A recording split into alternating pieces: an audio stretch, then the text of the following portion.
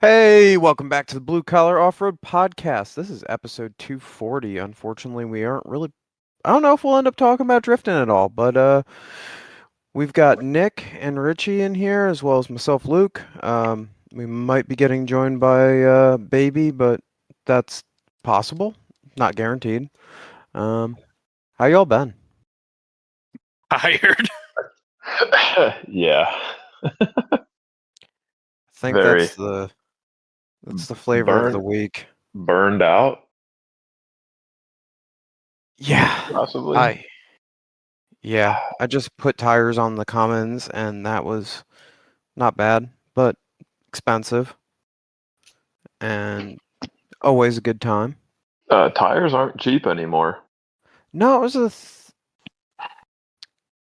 oh fuck, that's what I was supposed to do. Oh shit.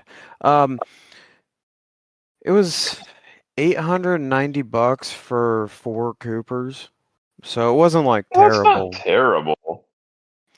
No, it's Too not bad. terrible. It's less than one beadlock and one fucking sticky, but Yeah, that's what cracks me up when people come into work, looking to get like 35s or whatever on their Jeep, 35s or 37s. Usually on their Jeep, sometimes on like F250s or whatever, because you can fit them easily. And they're like, they see the price. They come in thinking they're like, yeah, I have like a $2,500 budget for wheels and tires. Like, well, conveniently enough for you, you're probably going to spend at least $2,000 on tires if you get that big of a tire. And then they always want them in like a 20 or something like that. I'm like, you're spending at least 2 grand on just tires. Like yeah, which is fucking it's just not wild. realistic. It's not It's realistic anymore to have fucking a gay. $2,500 budget for like a 37 on a nicer wheel. Like crazy. No, I just put stocks back on stocks for that exact reason. It's worked for trucks 24 years old at this Yeah, point. and It'll keep chugging guess what? on. It's gonna tow better than it would if it had a gigantic tire setup. Well, it's also two-wheel drive, so that doesn't like fucking help, but So is mine. That's why I'm keeping stock. I might bump up one size to a whopping 33. yeah, I've got Living dangerously. Yeah, I have I like think 31.5s right now. I have two 65s on my truck. Two 65s, 75, 16. yeah, that's what Oh, I got. okay. I got two 65 75s. I'm leaving them absolutely alone. Eventually I'll lower the rear, but uh otherwise, what have y'all been up to? Just prepping to do the floor and the cover it, so that way I have concrete to work on. That'll be very nice.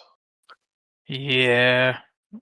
I'm I got really pissed off when I was working on the Cummins because I dropped a what was it? It was an 8 mil socket. I dropped it and spent 20 minutes looking for it. Oh no. Because of course when I dropped it I jumped back real quick and all the rocks got fucking Oh, disturbed went because flying. Yeah. it's just the little pea stone, so I fucking spent 20 minutes on my hands and knees just looking for it. That's fucking awful. It was. That shit drives me up the fucking wall. I almost went to Harbor Freight to buy a whole socket set because I was so pissed off.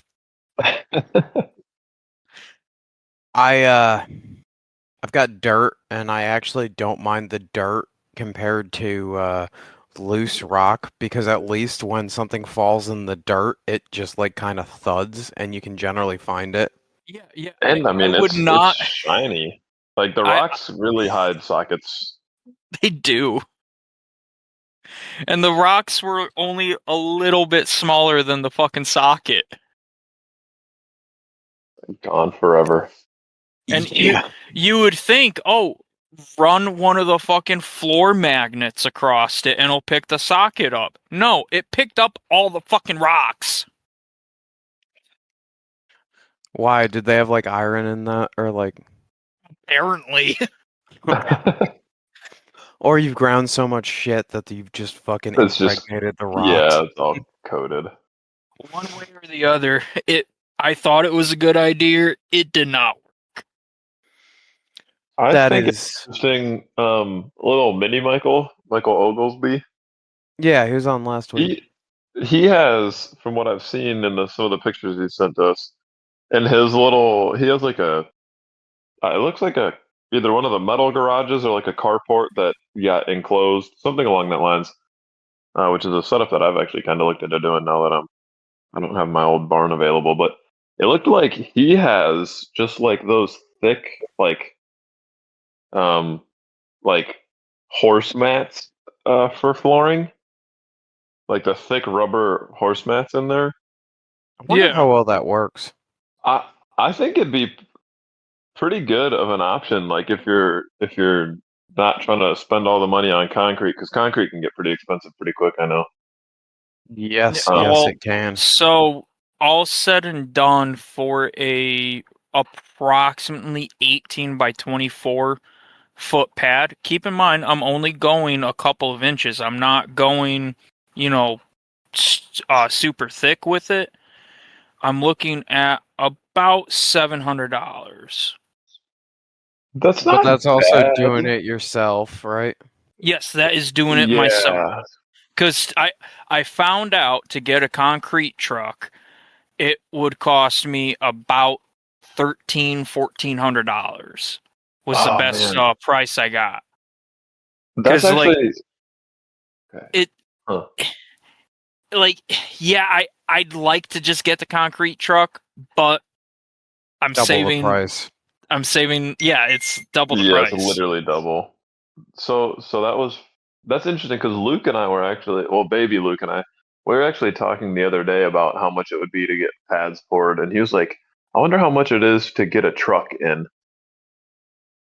Because Yeah, Luke it's can do I don't know, I haven't done concrete work personally, but I know it's not like outrageously crazy of a task. Like frame it, make sure everything's level, have a nice like base layer and everything. But Luke's done it a bit more, and he was like, I can do all the other work myself. I don't want to sit there with a mixer and mix however many bags of concrete that I need. I need 118 80-pound bags. Oh, that's gonna be rough. Yeah, I'm in Are for you a just shitty or like weekend. renting a mixer or I am renting the largest mixer that I can find. which that's probably what for a weekend like $100 or something. Those are usually pretty cheap rentals. Ru- roundabout 100. Yeah, that's not bad. Your back, No, that's not. you'll be feeling it. Your back will be feeling it. That's what alcohol's for. That's fair. I Can't could. feel it if I can't feel anything, right? Yeah, that's really not bad though for a little pad just to be able to work on. I mean, Yeah, I mean, and I'm not looking to put a lift or anything in there. Like the most PSI that it's going to see is a jack stand. which I mean, most of the concrete bags now are like at least a 5,000 psi, like four or Yeah, 5,000 psi, yeah. and So like like that's I'm not usually worried what you about need it. for a lift anyway. Yeah, but typically with the lift you want to have more You need than to have the just thickness. Yeah, you have to yeah, have like usually 5 inches or so, or minimum four usually, if not, I mean more. The more the yeah. merrier. Yeah, I'm not going that thick cuz it it's just a floor. Still going to be a major improvement over what the cover originally was. If you can at least have jack stands not be moving around on you, that's massive. Oh Yeah. yeah, yeah. That'll be really nice. Yeah, there was a couple sketchy times there. I've ran into that in just like putting plywood or boards under jack stands here to do a pop an axle shaft or something out of the crawler or pull the crawler up onto the trailer so that way you have something that's like at least able to hold the jack stand up. Yeah, well, so it's interesting that you say that because I was doing the brakes on my mother-in-law's car like 3 weeks ago and had it up on 3/4 inch pressure treated plywood. Jack was holding the car up in the air. I had, the jack stands right there just for safety. And all of a sudden, the whole car dropped like 2 inches and shifted over 3 inches. And, yeah, the plywood fucking broke on me. That's fucking sketchy. Yep. I've been throwing I've got a 2x6 that I've got cut in half, and I've been throwing that on if I have to, you know, get into the axle or something, I've been throwing those under a jack stand around the house, but I just am fucking sick of doing all of that. So I have some. They're either it's either a 2x10 or a 2x12 that I somehow acquired like a foot long piece. It's some real wide 2x, and I usually keep those in the bed of my truck for like when we're going on trips to be able to throw a jack stand on in the middle of a campground field. that's smart. That is a great thing to do for like a temporary workplace, quote unquote. But Yeah. like when you're looking at permanent setups that like that's where you're working on shit, like it's hard to beat a concrete floor. Oh, it totally is. Like I even remember like our before we well back home when we lived in the suburbs and I like was getting into working on cars and stuff, we had a like a blacktop driveway. And I remembered the first time that I learned that you can't put a jack stand on blacktop. And it stank into the blacktop and left four little L corners imprinted into the blacktop.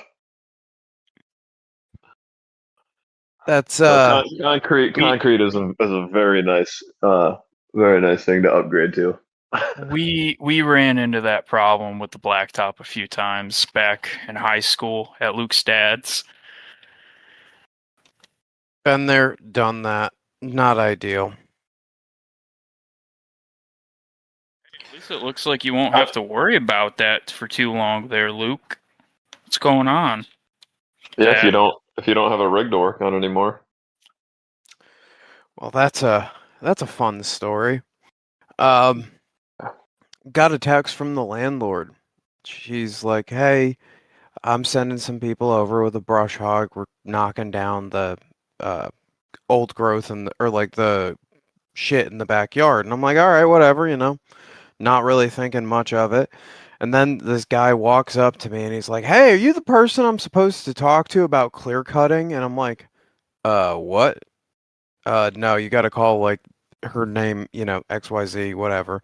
Um, And then come to find out they're putting another double wide on the same plot of land that I'm on right now and possibly another single wide, and I'm like, nope, this is not where the fuck I am staying.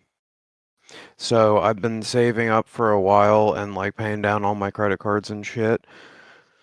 I'm not fucking sticking around if they're gonna turn where I'm living into a trailer park. So we I mean, that's kind of fair. Yeah. I don't need to sell the rig, but I've got the rig posted because I wouldn't mind having that extra as an emergency fund and spend a couple of grand on some tube and just, casually plod along. But Not a bad move. I mean everybody's moving to tube chassis and stuff. And even like I don't know if you saw like Dwight just parted out his Jeep because he's trying to build a house because I think he said he had bought some land and now he wants to try and put something on it. And he was more concerned with that than he was wheeling right now. yeah, we're looking at a couple of places.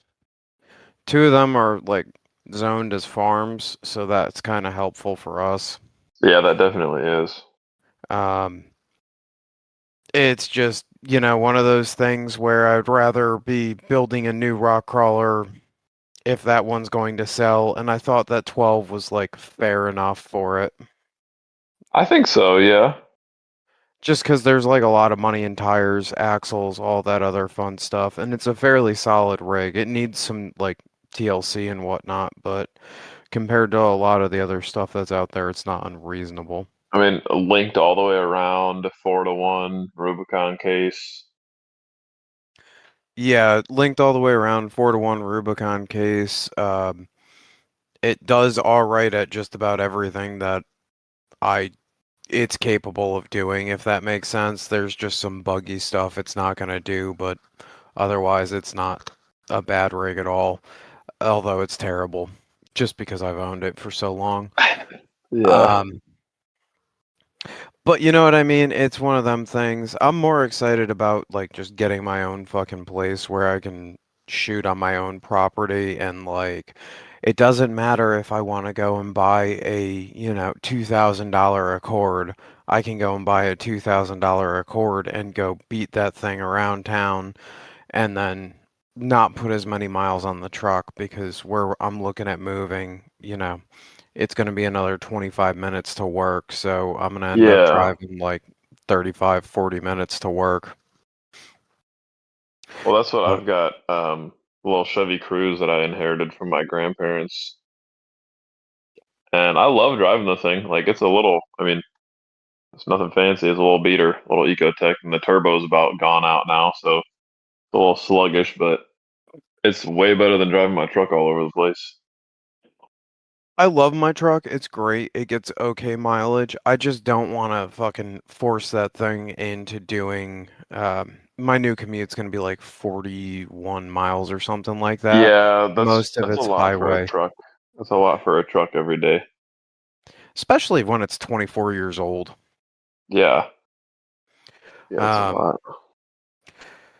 she's on board with it. It's gonna end up working out pretty well for her and whatnot. Because she wants dogs, she wants to do kids sooner or later, and I know that in the next like 2 to 3 years, that's coming. And I just don't want to deal with people. My next door neighbors are meth heads. They've been raided twice now, or possibly three times if you want to call It's two cars rough. rolling up and, just arresting someone there. So like I'm just over that shit. I don't want to have, and like the way that the property I'm on now is set up is there's the two single wides with the driveway running between them, which means that the main driveway to get to the back units is going to end up in our backyard.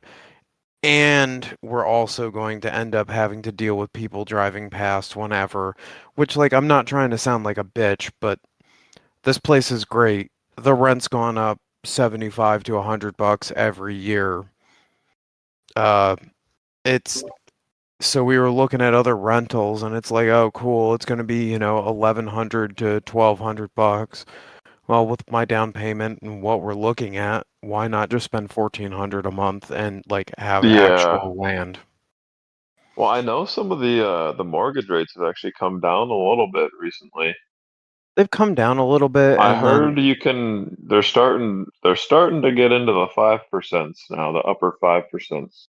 they're starting to get into the upper 5%.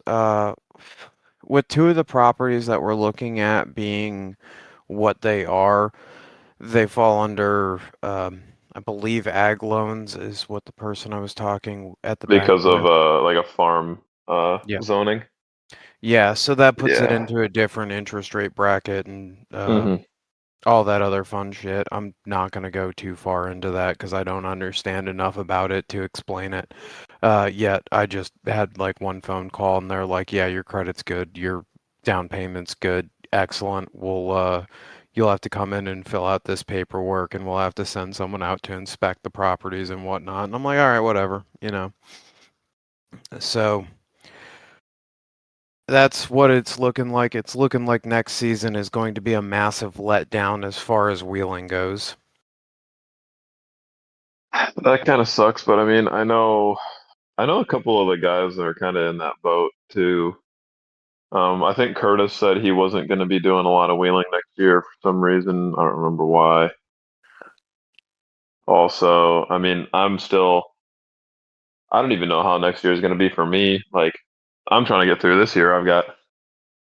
I am doing something cool with my truck Oh because yeah? I'm not working on my Jeep right now. So I had the itch to do something, Yeah, and I that would say that that counts as something. I think it does. Um, I'm putting a supercharger on it. Hell yeah. What Uh, is it as far as the supercharger and all that other? it's so this is perfect for me because everything for the most part about this truck I've kind of like to keep like period specific to the truck. Like I got the truck, it's an '02 Silverado. Like the toolbox that I have in the bed is actually an old Craftsman from like '03. There was still like the manufacturer sticker on the inside, and it's a Hell yeah. 2003 toolbox.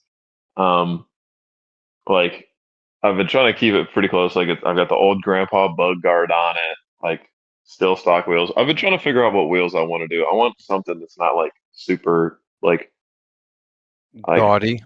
yeah. I can't decide, and I think I'm having a really hard time figuring out what I want. 'Cause I want something that's a little nicer than the stocks because my stocks have 20 something years on it. But so the supercharger actually it was my brother's. It's an old Magnuson from like an '03 or '04 Tahoe. So Joe Gibbs Racing was like big in NASCAR and whatnot. Apparently, Yeah, Joe Gibbs Racing for a couple of years they produced these supercharged Tahoes as that's cool as fuck. like an aftermarket build out. And then also Magnuson just had this as a kit that was available, their Magna Charger kit. Um, So it was an option you could get.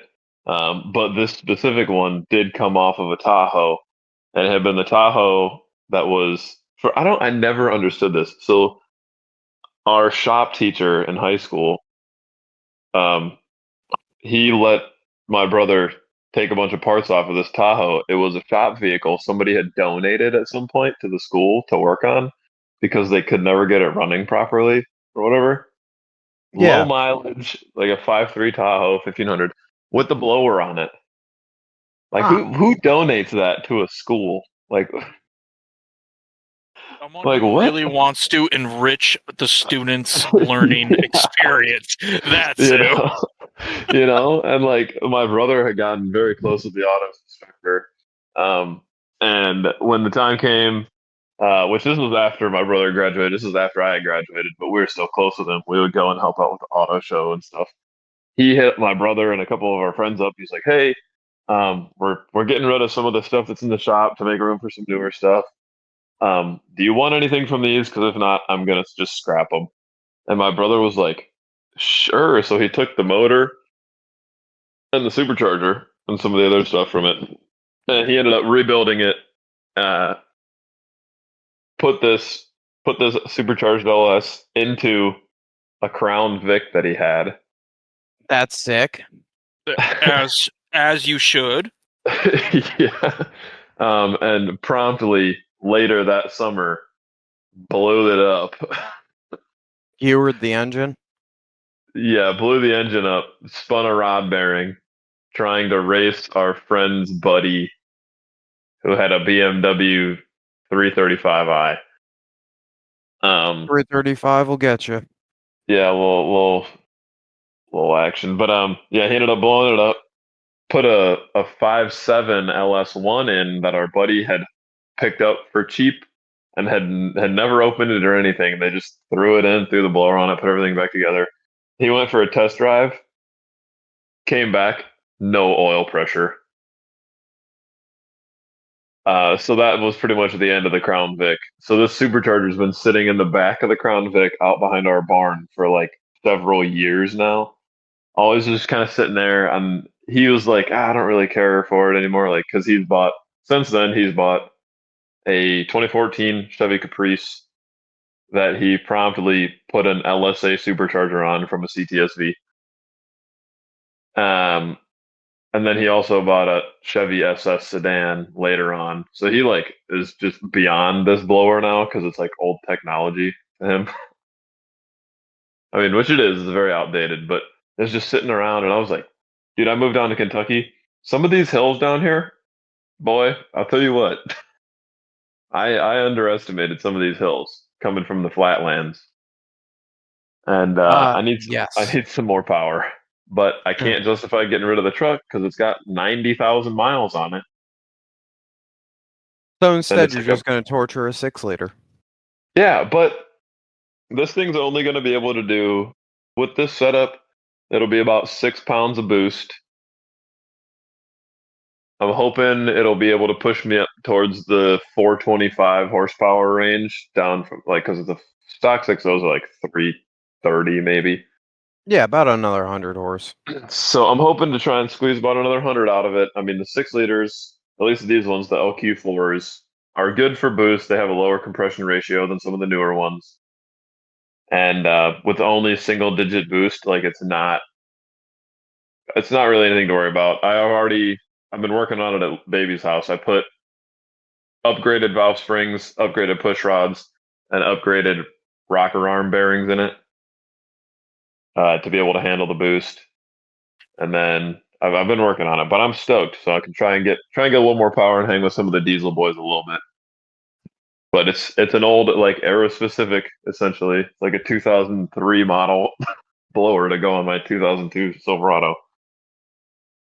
Truly excellent. Um, so I'm trying to figure out somebody who can tune it. I actually contacted my old boss, but he's been very busy. So trying to track down somebody that can do that before Thanksgiving time because there's like several off-roading trips that I have available to go on, depending on my availability with Sarah and possibly going back home to Illinois for Yeah, let me know what you're the doing. holiday. I might be canceling my vacation time because I'm having issues getting coverage and like kind of want to just go pick up some OT because yeah, you can understand that. Um, but let me know what you're doing for Thanksgiving. If you're going to be in the area, I will go wheeling with you. Assuming I I still got it. will. Yeah. But I also don't see it selling rapidly. Wait, what? How late are we trying to go? Because John said that he could hop on at 7:45, which is 8:45 for us, and I said that's a little bit late for us. I'm trying to do another That's half a little, hour, 45 yeah. minutes. Basically, right when he'd be trying to get on is pretty much right about when we'd be trying to get off.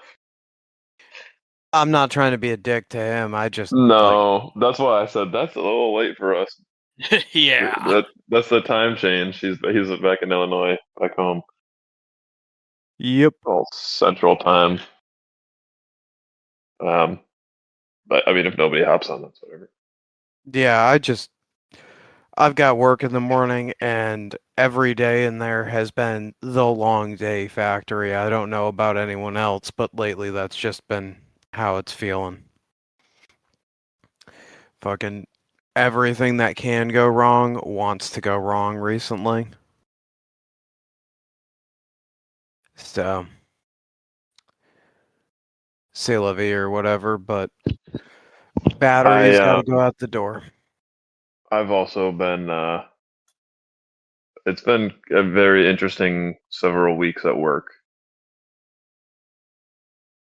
too. Yeah, you were saying they're doing e-commerce stuff, which that's always Yeah, they've been lovely. pushing the e-commerce a lot, and like uh, our shop flow's been really weird because like it is a little bit of a slow time, but it's I don't know. It's been weird. It's been tricky trying to navigate with some of the guys that we have in the shop is a little tough too, and I'm like I've been trying to battle like being burned out on everything and not even wanting to work on anything. So it's been like been trying to battle myself with not wanting to work on anything and then some of the other guys who kind of don't want to work on anything. So it's just like a big, like, just a big cluster, really. Yeah, I get that. They opened up a new production line and Global dropped it on to us, which means that it just went straight from global engineering to production and it's not ready and it's just been like, but then it's like, all right, cool. They want me to work an extra half day here, an extra day here, and since I'm on that rotating schedule, it's not terrible. Um, but yeah, fuck all that. Yeah. And dude, I don't know, it's been tough. It's been tricky. And I'm like not really wanting to be at this company anymore. And but I don't really have another better option and I'm in my lease for 7 more months, so it's not like I can really do much. Yeah, I can understand some of that. Uh that's part of the reason we're looking in the areas that we're looking is it splits some of the distance between where I'm at now and Knoxville. So like it's gonna even out my commute in either direction. I kind of hopeful for up there a little bit, be able to find some more work or Where different work.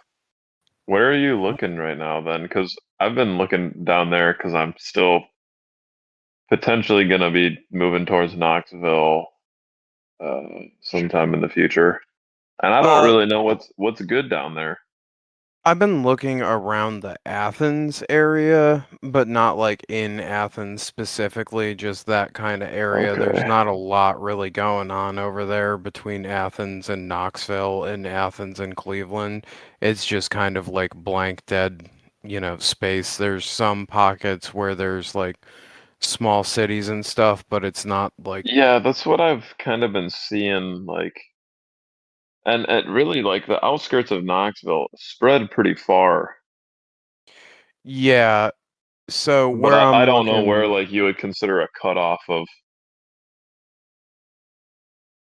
what do you mean?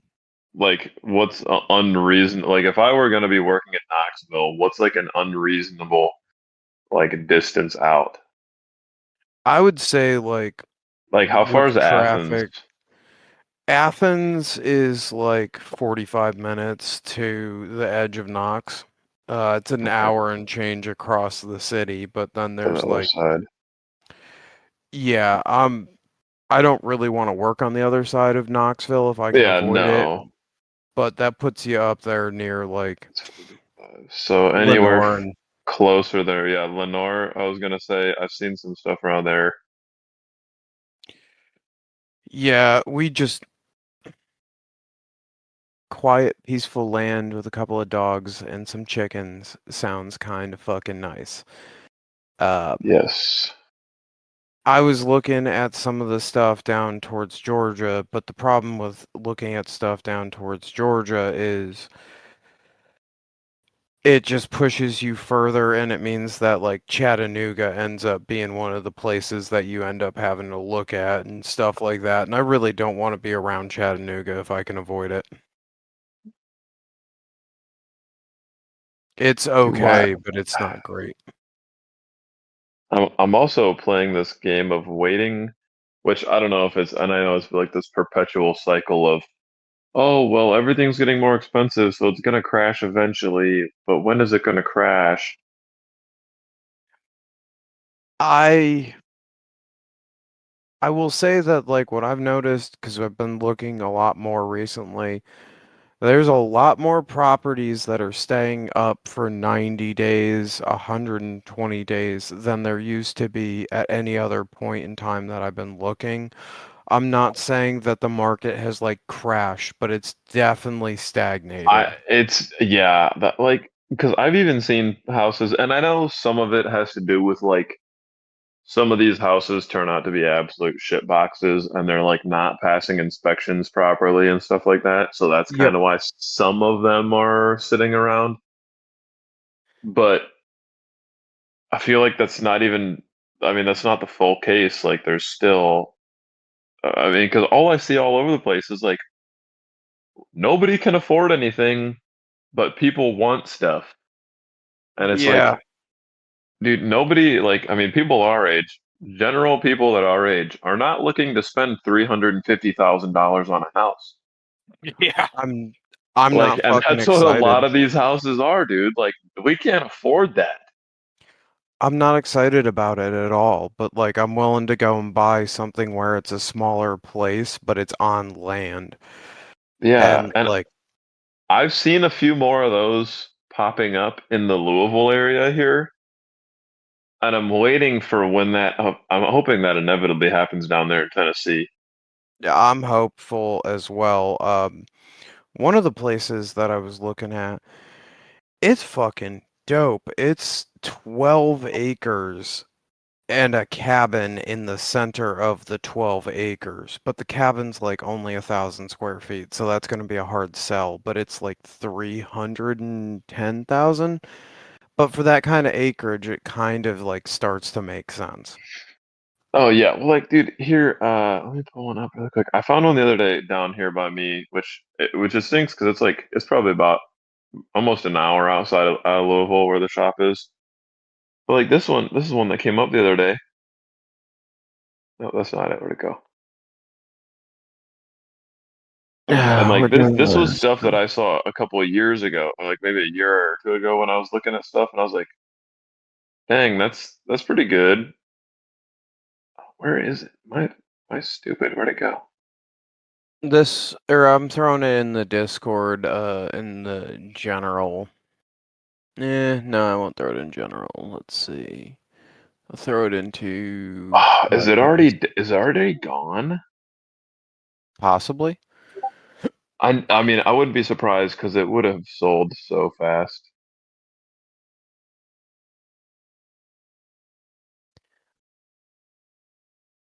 Wait a minute. I think it might already be gone. Dude, it I was a just house. Oh, here's one of them. This isn't the one though. That one's definitely. It was this nice house with a solid little shop. It was, I think I looked it up on the map. It was around like I think a 26 by 38 shop on 7 acres. It was like a nice, probably 1,700 square foot, like two or three bedroom, two bathroom, nice house yeah. on 7 acres with a nice shop. And it was like, which it's still a little over my budget, but it was like 300,000. Yeah, that's I just sent one where it's like it's got a shop built onto it. It's not terrible at all. And it's pretty reasonably well set up. I It's only a 24 by 24 shop, but it's on 7 acres, which is kind of fucking nice. Or like this one Still. here. Like this one. Oh, so this one's already contingent too. I knew these ones would go fast. Um, I do But like, like the house that you sent first, Luke. yeah, that one's nice. The second one I sent is also one of the ones that's up for consideration. It's pretty fucking cool. It's definitely fucking newer. here, I found this one. This isn't the one that I was originally talking about, but so this is still like this is in Frankfort, Kentucky, which is probably about an hour away. 4 bedroom, two bathroom, 2,100 square foot. It's this older barn, or like an older farm style house.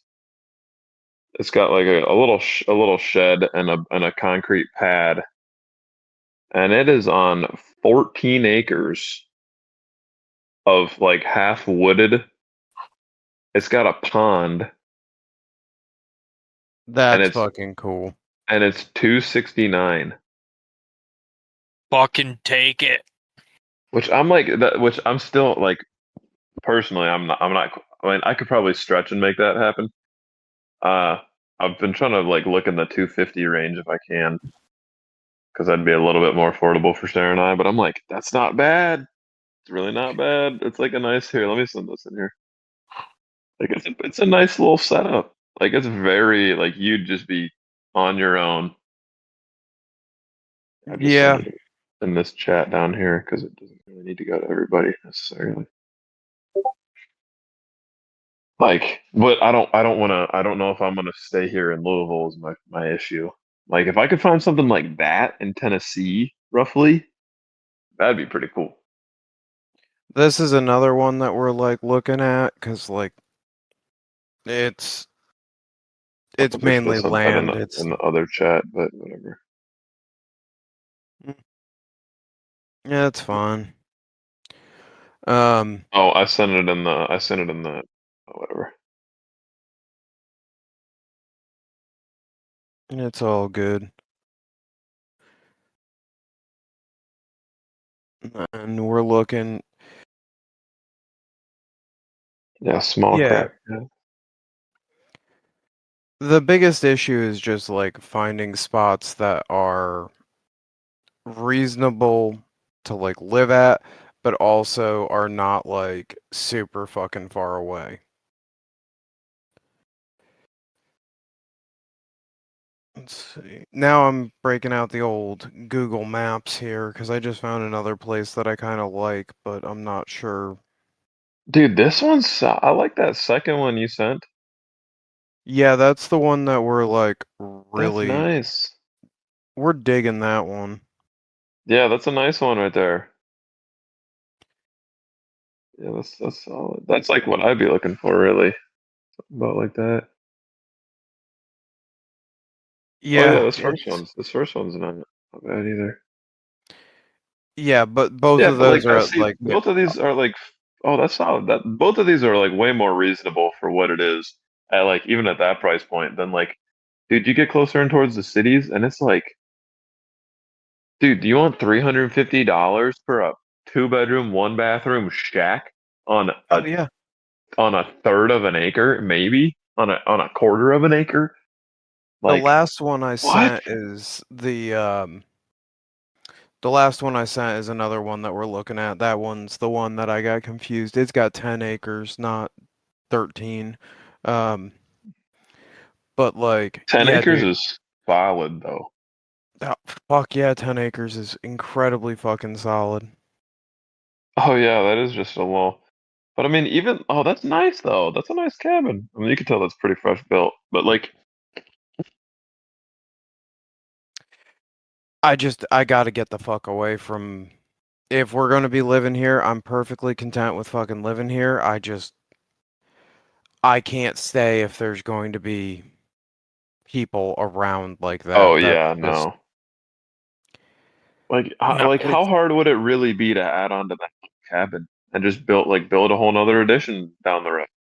it wouldn't be that hard because you could probably You knock know, down one of the those walls and just sidewalls. extend the yeah, extend it out because it owns Yeah, all the way out. Like it's got that's a 10-acre lot. You can easily expand off of that.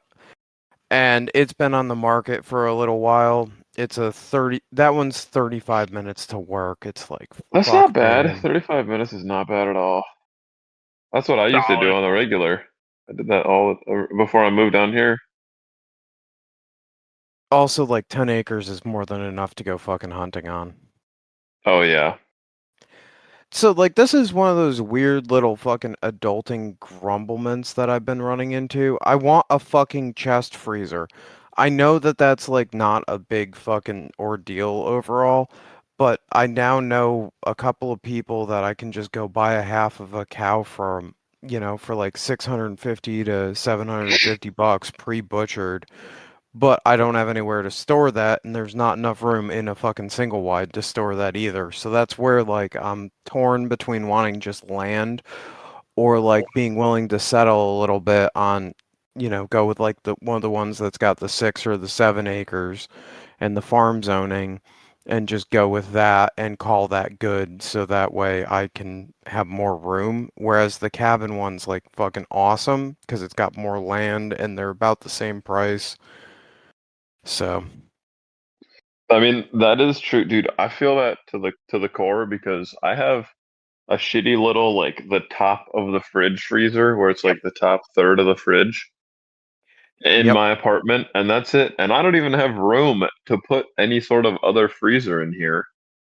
That's exactly what we're dealing with, and it's like my spare room, right? Not to sound like a crazy fucking gun guy, but there's fucking ammo in here. I've got my fucking spare toolboxes. I've got my gun toolbox. I've got my spare, eyelet tool making toolbox. I have my mini fridge. And there's just not enough fucking room overall, so it's starting to get under my skin. It was pretty tight in there with an air mattress. It's gotten worse because she put up an arts and crafts table in here, so now there's an extra table, and it's just like kinda claustrophobic. Although I could handle claustrophobic in the middle of fucking nowhere because I can step outside and have a bread and not see my fucking neighbors. It it is great not seeing my neighbors. And like sometimes I want to go blast an AK at midnight, and that's just is what it is. It's not your problem to worry about. I I mean, am, obviously I don't do that here, but dude, having neighbors, dude, I have an upstairs neighbor, and I think I've said this before, maybe. I don't know. This mm, chick stomps around. She's not even a big person. She probably weighs like 135 pounds. Dude, she stomps around. And I know like apartments aren't generally like the most soundproof like living facility, if you will, whatever you want to call it. But like I feel like she's just be stomping. Like I feel like you could walk softer than that all the time. It's crazy. dude, that I get that, and it's where I'm living now. The meth heads have a crotch rocket that they cut the exhaust off of. I'm not the Fuck type to bitch that. about. I'm not the type to bitch about doing fucking burnouts and shit in the street. I don't give a fuck. But seriously, at 3 a.m. on a Monday morning, is this required? You know? Dude, I hate that I can't even work on anything here because there's a parking lot. So like, this is maybe a little bit of privilege from me coming from having an old pig barn to work in that I had like outfitted over however many years to be like a pretty much fully operational automotive shop. Yeah. But not having anything, and I have to go down to Luke's house. I'm very grateful that Luke lets me keep my Jeep down there, my trailer, and he's letting me work on my truck down there. But like, he lives probably 25 minutes away. So like Yep. coming from being able to walk like 2.5 seconds out of your door and going into a bar and then having to drive 25 minutes now is like killing me. Dude, I fucking get it, because, like, Logan's 30 minutes away, and Logan has been nothing but incredibly over the top fucking helpful. However, it's not my fucking shop. I feel bad when I leave projects there that I, like, can't get back to for another 2 weeks because, I work that rotating schedule, and it's just fucking is what it is, but I don't fucking like it. I am super fucking thankful that he has been absolutely helpful with everything.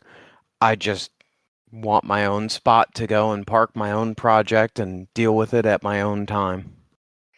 That's what I wish for. Like, and I'm looking forward to the day that I can do that again. But I unfortunately don't think that'll be for probably at least another year and a half. Like, truly, because if I'm sticking out here for the next 7 months to finish out my year lease and giving it I try to stay at a employer for like a year, just to say that I did it for a year, show some commitment. But if I'm sticking here until then and then moving to Tennessee and doing the same thing in Tennessee where I get another apartment because I don't know the place. Yep. Like I don't want to buy a house somewhere that I've never lived or know anything about. So it's like this is be a rough couple of years here. Yeah. I This 5 months alone has felt like eternity. I fucking believe it. It's been really sick being able to go out and wheel and having a bunch of parks 3.5 hours away as opposed to 10 hours away. That's for sure. Yeah, Speaking of parks, with the whole off-roading portion of this podcast, did you did you see, and shout out to who's ever stuck through this long to listen to it. There's going to be a new park opening in West Virginia. I seen that and I'm wickedly excited for it. Tony was called me to tell me about it today. He said that it's supposed to be like about the same or 115 It's total supposed to be. acres. It said it was supposed to. I saw 100,000 acres was what I Yeah, that's saw, gonna which be is fucking awesome. bigger than Windrock, which is crazy. Yeah. They're calling it's going to be named the Appalachian Outlaw Trails or something like that.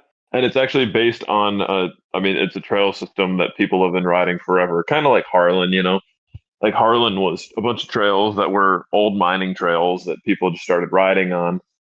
And it sounds like this is sort of like that, where it was old mining trails and stuff like that in West Virginia that people were riding. And now I think the county or something is capitalizing on it. They're turning it into an off-road park. And it said that they want to have like RV sites and cabins and the whole 9 yards, Sick. um, which is really cool for us, for everybody looking to do it. And from what I can tell, it's actually going to be somewhat in the vicinity of Good Evening Ranch as far as I like had location. heard that it's supposed to connect them to the Hatfield and McCoy trails. Yeah, which I think for what I was looking on a map, it's basically like in between Good Evening and Hatfield on a map. So like 100,000 acres is a ton of room there. So if it can Yeah. interconnect all of that, which I think if you really got down to it, there's probably trails that run all the way through there anyway because of how like notorious these outlaw trails are. Um, but that's sick.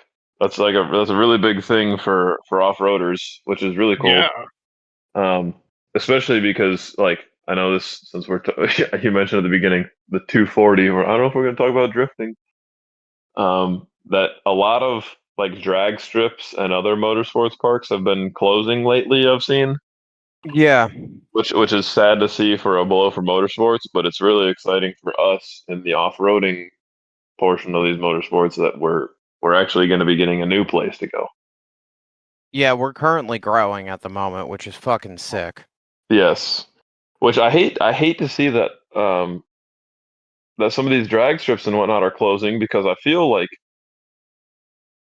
motorsports in general is on an upward course right now. Like it's been growing for quite some time, and with all of the like what takeovers are bad, which everybody does agree takeovers are stupid. Well, at least I do. I think they're stupid. I do think that there's kind of a place for them, and it's not on the middle of a public intersection. Yeah, Like I if you can want to agree go with do that. burnouts and swing your car around, do it somewhere. But it's hard now for like the anybody doing drag racing, street racing, and everything. Like you're getting prosecuted on the streets because it's illegal, and they're like, go to a track, and now all these tracks are closing, so they can't go to a track. Yeah, it's like a self-fulfilling prophecy. Yeah, Well, and I hate to see that because I have a lot of friends that are into drifting and drag racing. Not I don't really know and anybody who's into takeovers, but drifting and like legitimate drifting, Yeah, legit drifting is um, cool as fuck. and I drag I know racing. I've seen where a lot of tracks are getting closed up in New England because they build housing developments and shit right next to the drag strip that Yeah, has that's been there that's for a decades. that's And been a then the big people in big the problem. housings complain about living next to a drag strip. Like, well, you bought land and built a fucking house right next to it. What did you expect? Knowing that that's right there. That's the big thing that I see. Not even just up there. Like that's I think the problem all over is that they're building all these housing to, and I mean Cletus had a big lawsuit about all that or something like that. because Yeah, I he remember like with the that. Freedom Factory, there was a developer that was trying to develop like literally right next door, And and then he was there complaining. was a whole court thing about it with Cletus. Yeah, Like it sucks for the motorsports, and that's why when I saw that they're like new off road park, I was like, oh hell this is yeah. awesome. This is really cool because it's a lot better than, and I mean everybody's kind of started. I'm sure we all got our start, you know, running through the mud trails under the power lines type of thing, because that's Of how I did. course. Until you get caught one time and then you get a ticket and you're like, this is pretty stupid. Um, and then you start going to a real park where there's real obstacles and you're like, this is way worth my $75 than my ticket. Yeah, well that was like the thing with us is we were having fun. We were going to like a bunch of the local spots and whatnot, and they were like they just started slowly cranking down the pressure on that, and it just ended up being easier to go and hang out with the club and go up doing club stuff than it was for, you know, getting tickets. And like what was it, Richie? In like 2014, the ticket went from like what was that, $75 or whatever to like 250, and every time you Yeah. got another ticket, it started Like compounding. stack. Yeah. And So they like changed it to where a passenger would get the same ticket as the driver. yeah. Because So it it just used to be like a dramatic difference between the driver and the passenger, but then fucking exact same. yeah. So that's how I ended up with the shit and show off-road group, and away that went. Um I don't know how that works in the Midwest. Do you just show up at like a fucking park, or after you finally decide that you're done fucking around? What for getting tickets? Yeah. Yeah, we well back in the day when I was back in high school, like we my well, I had some friends that I only ever went out the one well, I went out like two times probably. We went out there was a like a strip of mud underneath some power lines kind of tucked back off some roads. And it turns out that that strip of power lines is actually part of the forest preserve. Oof. So we all got caught and we got $75 fines for like operating a motor vehicle in a forest preserve or something like that. Um, That's a rough one right there. yeah, but I do know that there was a couple of other places that I never went to personally, but there was one that was like it was like a little bit of a ravine section off of like the edge of some farmer's field in the woods, and it was like an older farmer. So I think, well, I think it was the owner of the property was an older guy, and he like just rented out the land to be farmed or something. So people would always go back in there and go mudding and stuff. So like if he wasn't out and about and you didn't get caught, you were fine. But if you would, like he'd try and shoot at you or something like that. Reasonable response. Yeah. But after that, it was like, all right, well, and this was back when the Cliffs was open, which is where Frankie used to go all the time. Basically, it was like drive an hour to the Cliffs instead and spend like, I don't know, $30 for a day or whatever, or go out to the Badlands in Indiana because those are pretty much the only parks that we had in the Midwest. Um, but either way, like compared to spending 75, and that was the first ticket too. I'm pretty sure that there was like a compounding sort of scale, like you guys said you have up there, where like Oh you yeah. get one, it's $75. You get another one, it turns into like $125 or whatever, and like it just keeps stepping up. Yeah, ours was Um, fucking brutal. It was like we 250 and then 500, and then the next one was 1,000, and like And the at a vehicle's thousand, impounded. Yep, and it had to get towed out of there, which meant that it was one of those companies that was involved with the Connecticut State Police doing the towing. So you got another $1,000 in a fucking tow bill. Holy smokes. If you're Yeah. lucky. That's crazy. Because That really sucks. We the, didn't the get it minute that that you bad. were on one of those trails, it automatically became an off-road recovery. Oh my gosh. So any way that they could give it to you, they Yeah, were giving it to you. it wasn't like that bad back home. And I mean, we learned, I mean, in my off-roading career, I mean, I learned that pretty quick. That was not very far into me having a Jeep and whatnot. And Well, like, I wasn't you even in also, my Jeep for that one when I was there. I was actually just waiting. But you also got to remember that Connecticut uh, is, is still very anti-off-road. yeah, In all of Connecticut, you there's nowhere to legally go with a off-road vehicle. There's nowhere to legally go with a quad slash ATV, and then you have one spot to trail ride with a registered and insured dirt bike, and then there's like one or two motocross tracks, and that's it. Oh, and the other fun part about that is it has to be on DOT tires, from what I understand. yeah. We had, there's a couple, I don't know how many, I've never been to them. I know you can count them on one hand how many there are. There's a couple of motocross tracks and facilities in Illinois. So like if you were into dirt bikes and stuff, which I never really was, that was an option. But as far as like more full size stuff, like there's not really a lot to do up in the north.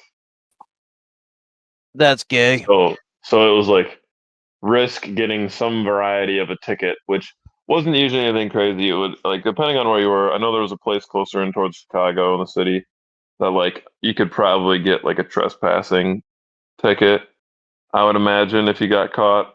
Uh, I never made it out there. I never cared to. But yeah. So it's basically like a trespassing or obviously a driving a motorized vehicle in a forest preserve. Which Yeah, I mean, fuck the that. forest preserves up there are like it's like a park pretty much, but still, just go wheeling at a real park. It's way more fun. Yeah, I agree with that 120%. And if you're in New England, go get involved with the club stuff. As gay as that sounds, it is a shit ton better option than getting the fucking tickets. I mean, Mm-hmm. even like not even New England necessarily, like all over, really. Like I know Louisville. There are a lot of Jeep clubs.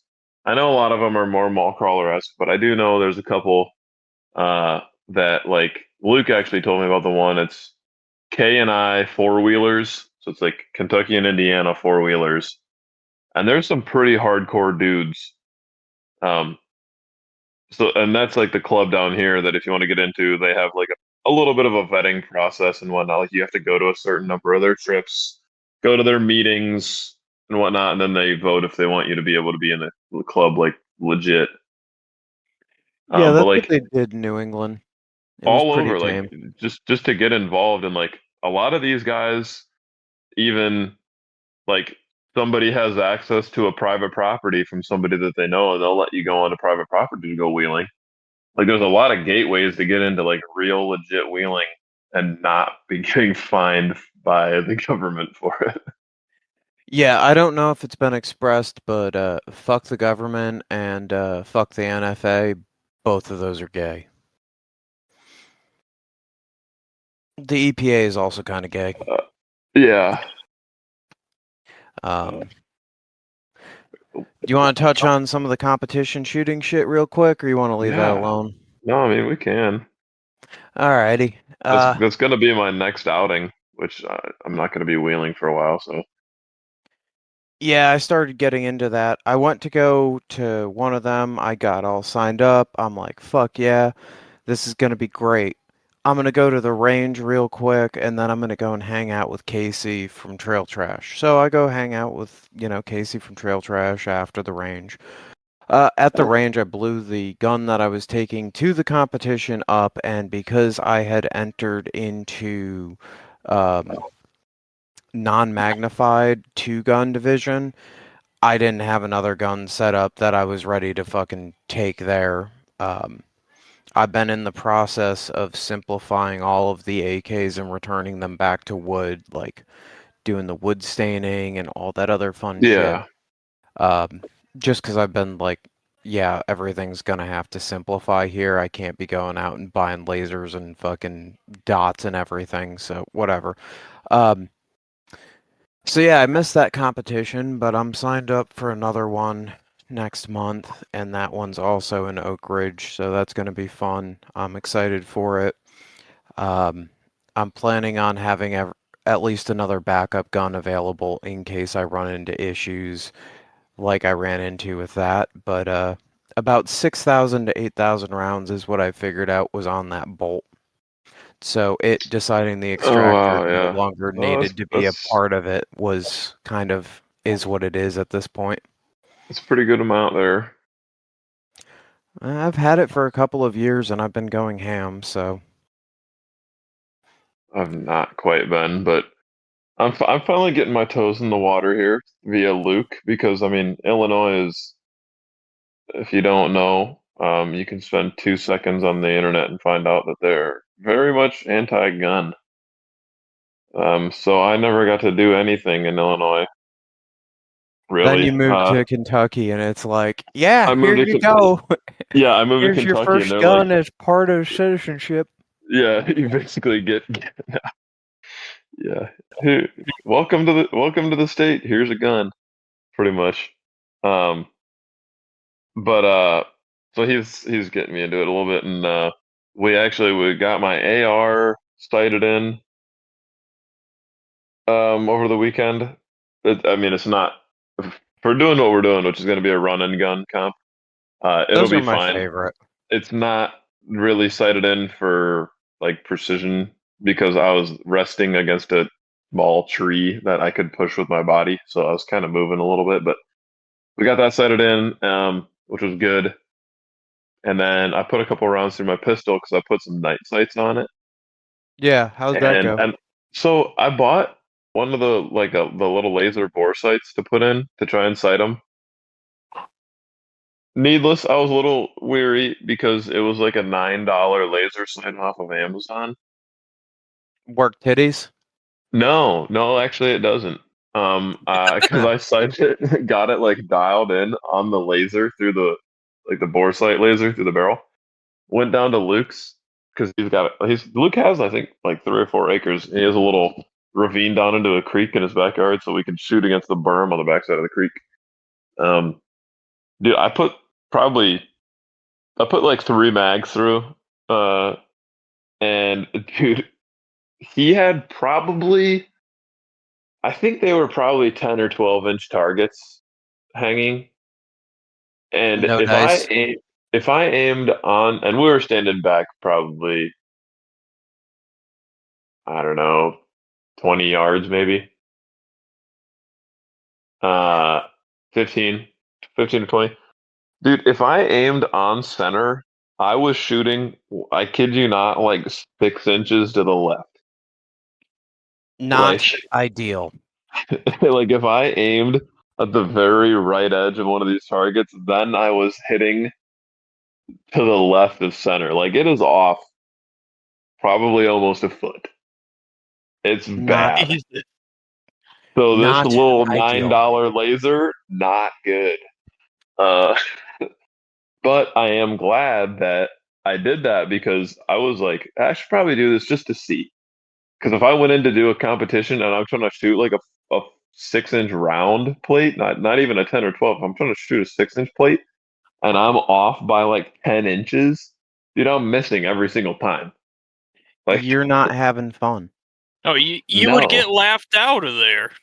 Yeah, like it would take me so many rounds to be able to figure out where I needed to shoot. So I'm like, I'm gonna be going back to Luke's sometime here before then, and I just need to try and tap that sight into alignment.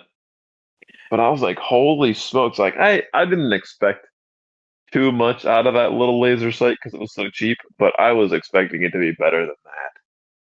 Yeah, on paper is important here. My Yeah. my old Glock 17 is gonna go for another run through the ringer because I'm just running that stock 17 with the factory installed Ameriglow sights and calling it a day here. Dude, Uh, I've got to say, I love these night sights that I got. Compared to so I just had like the Warren Glock style sights, just yeah, a flat black rear with the white dot front. yep, I did not like it. I wasn't really a fan of those. I like the three dot, two in the rear, single in the front. that's what I've got on the And Glock right now. They're factory Ameriglows and they're really nice. so these are um night fishing brand night Huh. sights. Which there's not a ton of options for Canucks as far as sights go.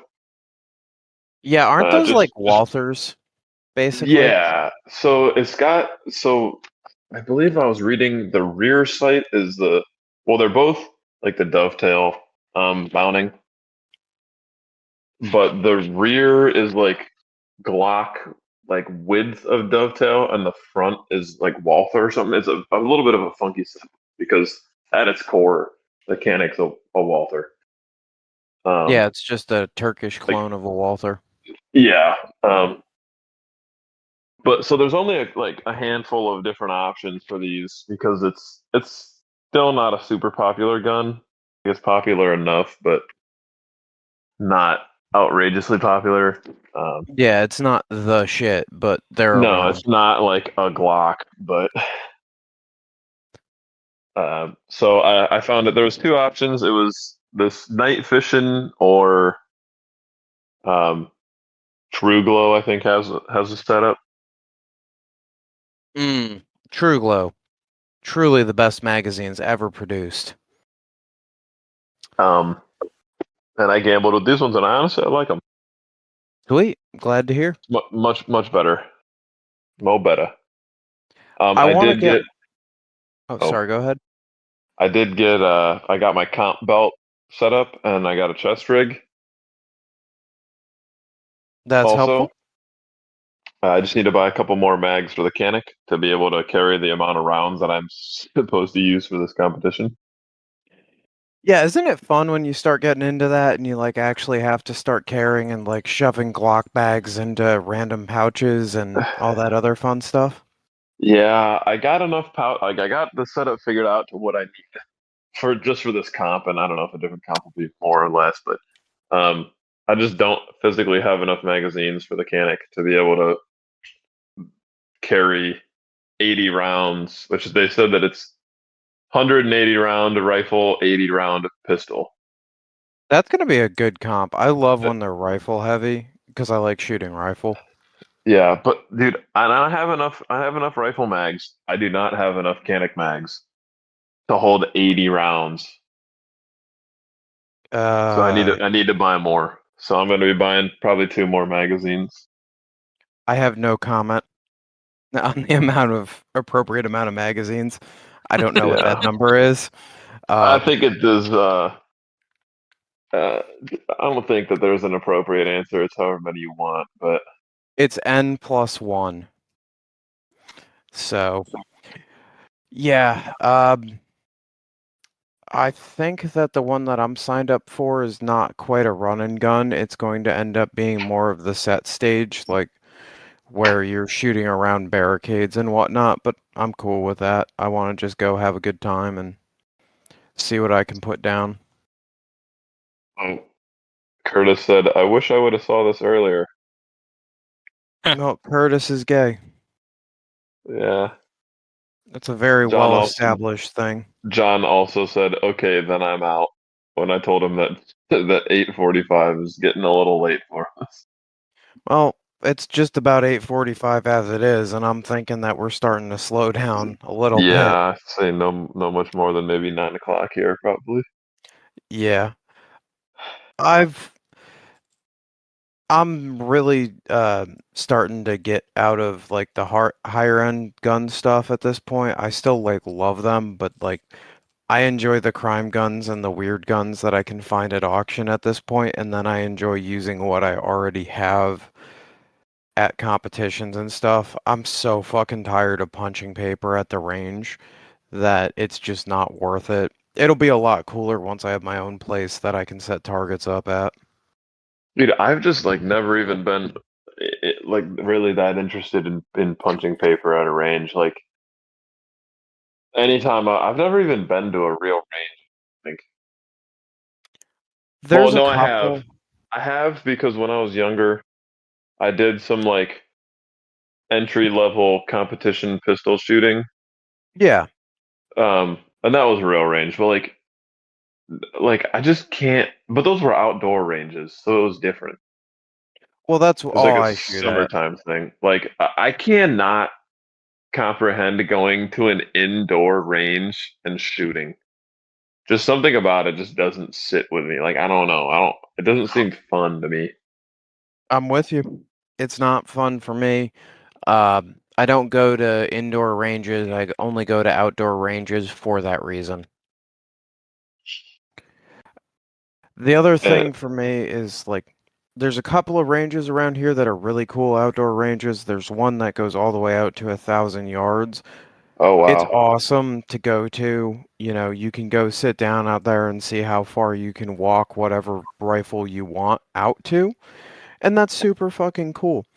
But it's an hour and 45 minutes away. It's $75 to get in for the day.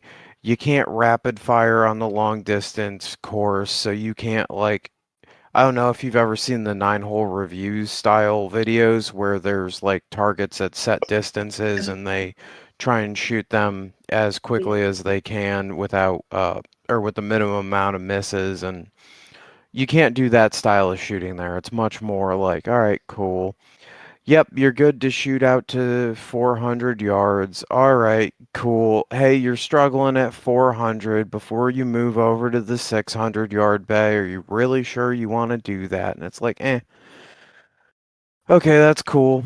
Something I don't get to do often, but the competitions are just so much more fun. You're actually moving around, shooting stuff, coming around a corner and blapping something just feels good.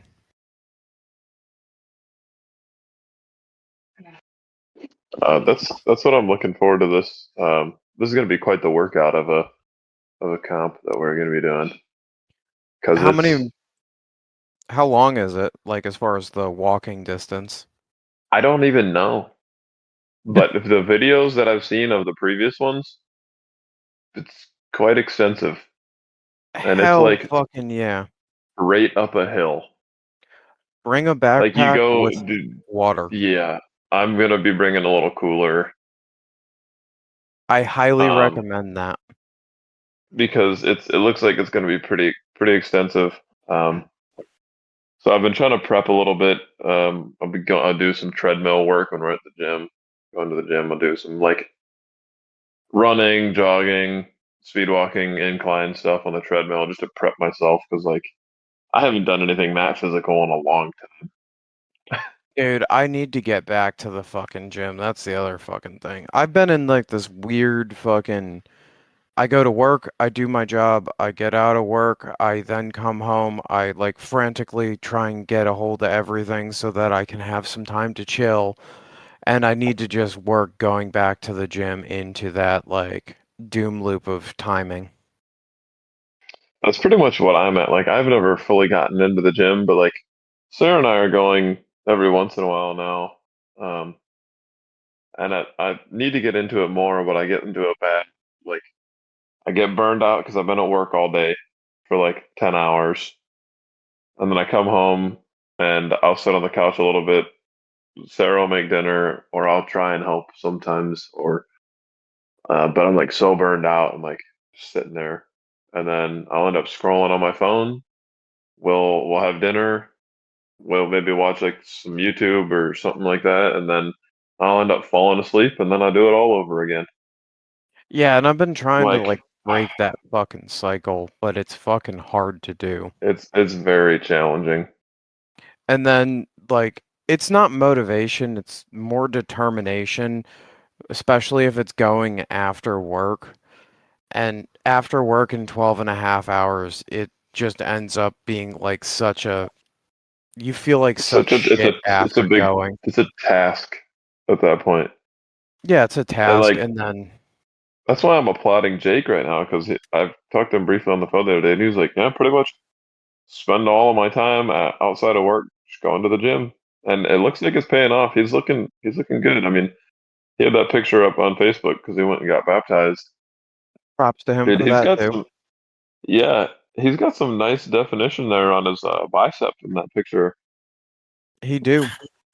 You know, Uh, he's looking good. all right, we have really rapidly devolved. We're commenting on another dude who's not even here's physique. Yeah. Fuck. Well, here, before we do a closing, I do want to say back to the off-roading aspect of this.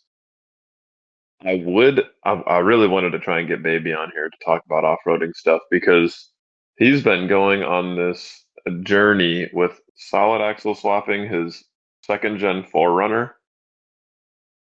That was his daily driver, but deleted a steering knuckle while he was driving down the road. Not great. No, so he thought logically, put tons under it. More specifically, the tons from his Cherokee. Excellent. Um, and I think I'll have to try and swindle him onto one of these because I think that we have found that I don't know if it's just a skill based issue for some people, which I sorry if it is because we've been doing this for so long that nothing is really that difficult for us anymore. At Um, this point, it's all the same. it is. It literally is. So Luke has spent probably the equivalent of one weekend of nonstop work on this thing and got it on its own weight. Yeah, it's fucking wild what you can do when you've like been there, done that, and it's all you Yes, do. literally everything is the same. Because I always have seen like people are like, "Oh yeah, well, I'm scared to do a 1 ton swap." Like, there's so much that goes into doing a 1 ton swap on a Toyota because it's IFS and this, that, and blah blah blah. Dude, this dude went ham one night after work, cut the entire front suspension, the subframe, and everything off of this frame with a plasma cutter. Which that is a nice perk that we have with the shop is having a plasma cutter. I know not everybody has access to a plasma cutter. Just you blasted all that stuff off.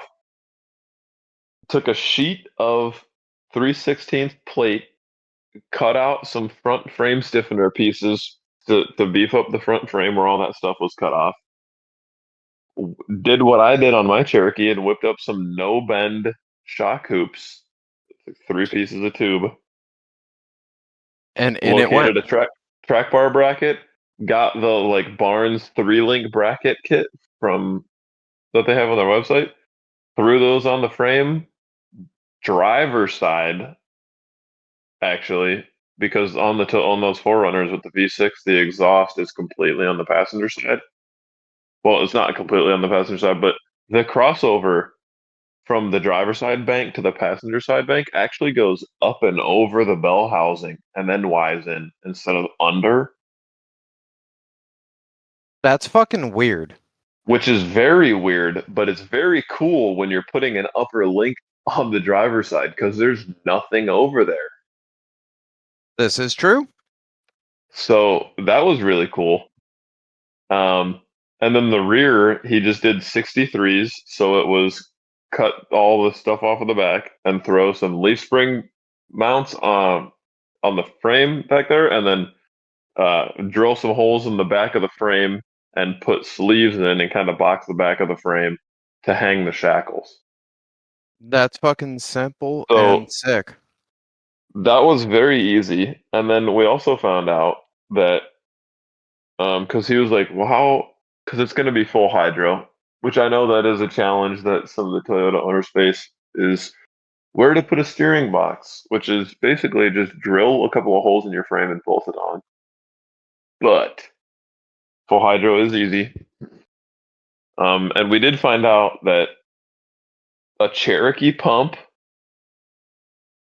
if you finagle it right, and apparently like PSC or Trail Gear or somebody has a quote unquote adapter bracket to be able to bolt the Trail Gear or the TC pump, the PSC TC pump, which is like the Cherokee style pump, like Yeah, the GM2 Saginaw pump or whatever it is that we all run. Everybody runs that style, the 3 volt. yeah, the Um, generic one. yeah, they make this like $100 adapter plate, dude. From what we could tell, mocking up a pump, that adapter plate is not even necessary. You can drill out. All you have to do is like drill one of the holes out, or something. Like you can make a very minor modification and just bolt the Cherokee pump up. That is fucking dope. The only other difference or inconsistency is that everything on the Toyotas runs off of a 4 rib belt. Um, but you can run a 4 rib belt on a 6 rib pulley Okay, that works. because it's a bigger pulley. So like,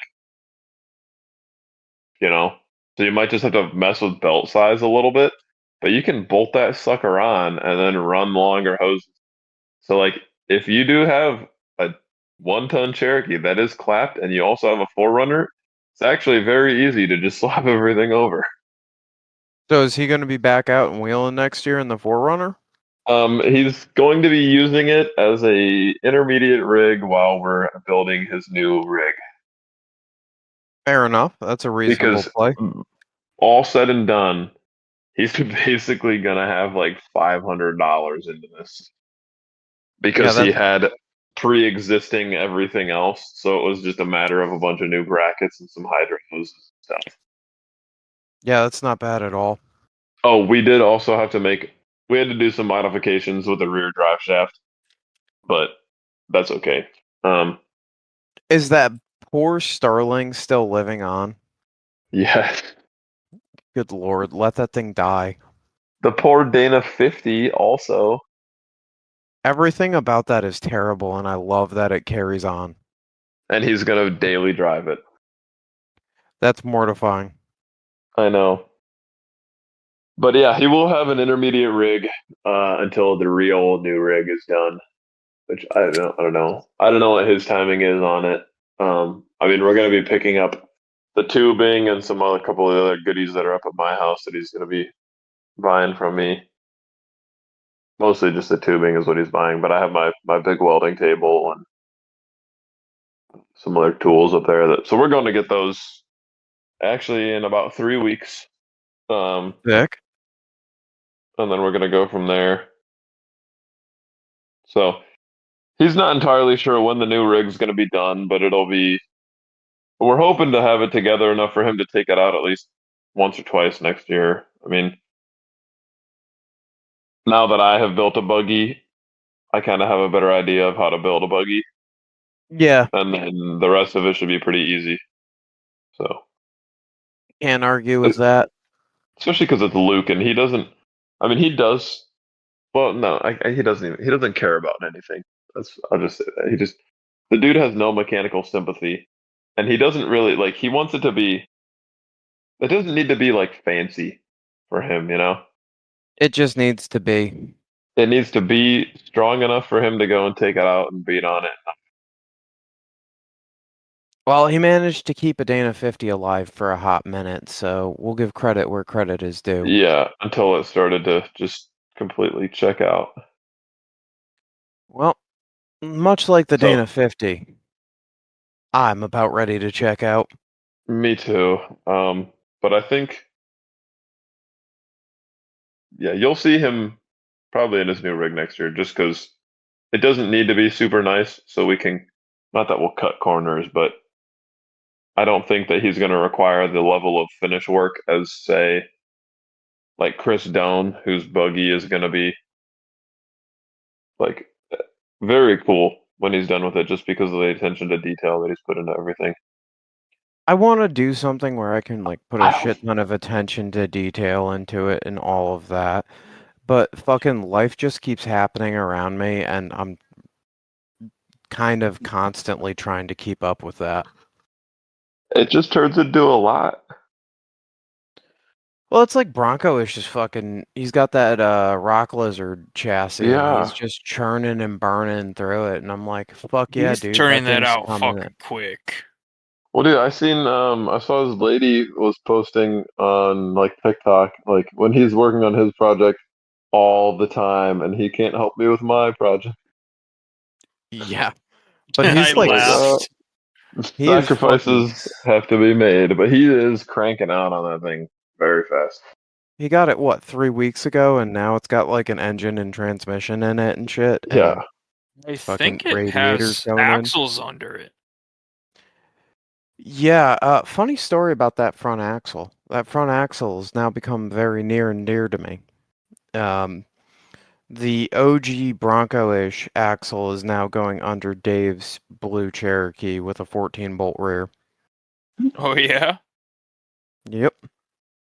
So we're about to go and start cutting the brackets off of that this winter and setting it up to go under the old shitbox XJ.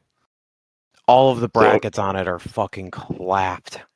according to the internet here, via his profile, he got the chassis almost 1 month ago on the dot, I and said it three already weeks. That was has. a good guess. That was a very good guess.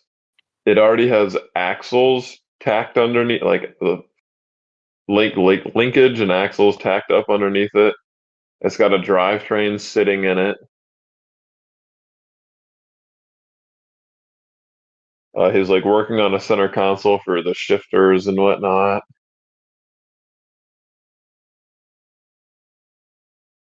Oh, good lord. Michael just messaged me a shit ton of questions about the Cummins stuff. Oh, Like, fuck. he's moving. My He man's is. mobile. Yes, yes, he is. Alrighty. Um, so I'm excited for Luke's rig. I'm excited to see what Bronco-ish spits out because I'm gonna guess that he'll probably be done at the rate he's going and like how nice he's trying to do everything. I'm gonna say probably gonna happen sometime around like April is when I that was thing will just about to be. say he'll be ready for probably about the start of the season, honestly. I'm hopeful that I can make everything work and I can just not have to get rid of the rig. That's the ideal play here, because at the moment it'll just go back out and be okay. It's gonna Yeah, just continue to be the old Gar. Uh, but I'm hopefully gonna so. continue. If it does sell, it does sell. If it doesn't, it doesn't. Otherwise, it's gonna get more gaudy lighting because I found a single layer light bar that I want to tuck under the uh, upper tube work and like for the across the hood. And I'm gonna put some more rock lights on there because I'm just stupid like that, and I've got a chase bar in the cart, so it'll Might as actually well. have like light and be almost functional again. Yeah. Fuck. That wiring project's not gonna be fun because that rocket light circuit has rapidly expanded, so now there's like a splitter joint in there, and I don't like that at all. Oh, So it's all jeez. going to a bus bar, and you know, but that's gonna end up being time for me to actually sit down and go rebuild that circuit because it now runs my gauge lights. It runs my um rock lights. It's gonna have to run the chase bar, and yeah, I want to run the brake lights so the brake lights actually come on when the rock lights are on, so it like at least has some rear lights available. Because right now I realize that from the back, the only thing that lights up is the actual brake lights when you're on the brakes. But Not like the running light. No, the running light doesn't work because the cab lights don't work. Something in there got cut at some point, and whenever you go to pull the lights on, the dash randomly screams at you. So the fuse has been pulled. Mm, see. XJ things. Yeah. Yes. By the way, the rig's for Yes. sale. Buy Um, it, don't buy it, don't make a difference. admire it. Don't Uh, admire it. I had some dude hit me up and ask if he could fucking pay me to take him for a ride in it, and I'm like, bro, what the What? fuck? like, dude, I'll do that for free. I don't know. If No, Appreciate it. someone's willing to pay me. I'm Yeah, not for a taking case of some beer. random dude out of Alabama on a ride, Yeah, especially because he looks like 17. what you should say is you can go for as many rides as you want for $12,500. Yeah, I had one guy hit me up asking about buying it with the trailer, and I'm like half tempted by his offer, but I don't know if I'm actually going to take it because I don't really want to sell the trailer for what he's offering. Because You you know did what I want to get mean? rid of it, didn't you? But I want to get rid under of the your own trailer. terms. Yes, I want to go from a 7K to a 14K or a 12K. I don't really want to just sell everything and then have to go turn around and buy a trailer. And that was also before they notified us that they're going to be putting at least one unit, if not two more units in here. So Yeah. that changes priorities real quick. The trailer that's kind of a piece of shit can continue to be a piece of shit, but I I'm pretty sure it'll handle helping me move out of here. I think so. Yeah. Um, it's got freshly rebuilt axles. It's no longer getting hot. The brakes kind of work. It can hang out until I figure out what I have to get going. Because, like, yeah, I've got a meeting with more people from the bank on Wednesday next week. So I'll have a much better view on everything after that. Oh, that's good. But But guys, thank you for listening. Richie and Nick, thank you for showing up and helping co-host. You guys fucking Yeah. rock. Um, Hopefully this was a interesting enough episode going all over the place. oh Hey, yeah, we're not just an off-road podcast. We're a This is realty an everything. podcast. yeah. Well, at this point, like, also, we've talked a shit ton of off-road stuff with a shit ton of really cool people. Sometimes you're just going to get some life updates and some other shit. Like, at some point when we get someone that wants to talk about cryptids on, you might end up hearing about cryptids. It just be like that. And that's a-okay with me. Or if All you right. want to hear about supercharged LSs, we'll talk I'm about it. excited for that when you get that thing more put together. I'll update.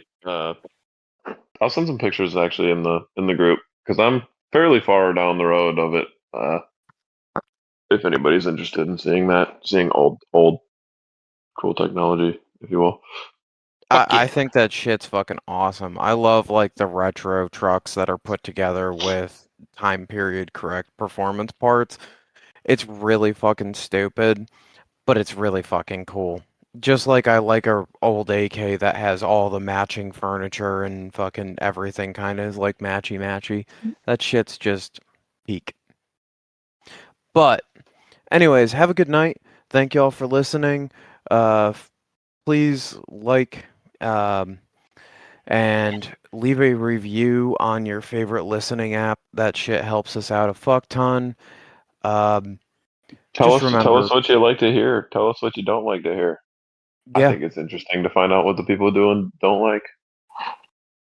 yeah, it is curious. I wonder what the crossover is going to be. I know that there's probably going to be some hunting stuff going on next year because if I'm not going to be wheeling, I'm probably going to Yeah, abuse some of the land. Well, not and abuse it, but you know what I mean. yeah. Eh, whatever. Have a good night, folks. We appreciate y'all. Thank you for listening. Let us know what you like, what you don't like, and See y'all in 2 weeks.